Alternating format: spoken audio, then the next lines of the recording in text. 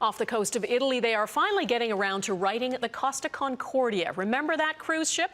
It's the one that ran aground and partially capsized. Well, for 2 years now, the Concordia has languished on her side off Italy's Tuscan coast.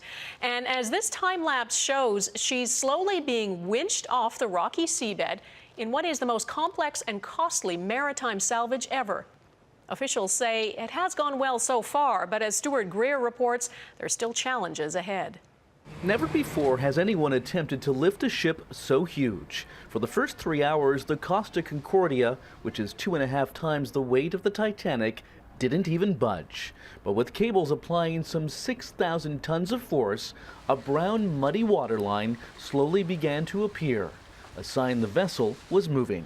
Le aree di contatto sono molto ampie. We saw the detachment of the ship from the reef using undersea cameras, said engineer Sergio Girato. It's been gradual, not sudden. Engineers are slowly rolling the ship onto an underwater platform. Metal boxes attached to the side are filled with water, helping the rotation. More compartments will be added and filled with air to float the vessel, which will be towed to Sicily and cut up for scrap. A Canadian company, 2G Robotics from Waterloo, is playing a key role. Its unique laser scanning technology is monitoring the $800 million operation. With the underwater laser scanners, we're able to get very high precision measurements to allow informed decisions to be made by the engineers. They're worried that oil and a toxic stew of rotting food trapped inside the hull could spill out. Barriers have been set up to protect the environment.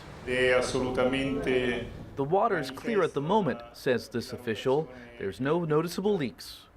And there is no sign of 2 bodies that were never recovered from the disaster. 32 people died when the ship capsized in January 2012. The captain, Francesco Schettino, is on trial for manslaughter and abandoning ship. Kevin Rebello is waiting for justice and closure. He hopes the missing body of his brother Russell will finally be found. To give him a decent burial. That's what me, my family, his wife and his kids, all of us are hoping for. If all goes well, the Costa Concordia will be upright tomorrow for the first time in 20 months. Stuart Greer, Global News, London.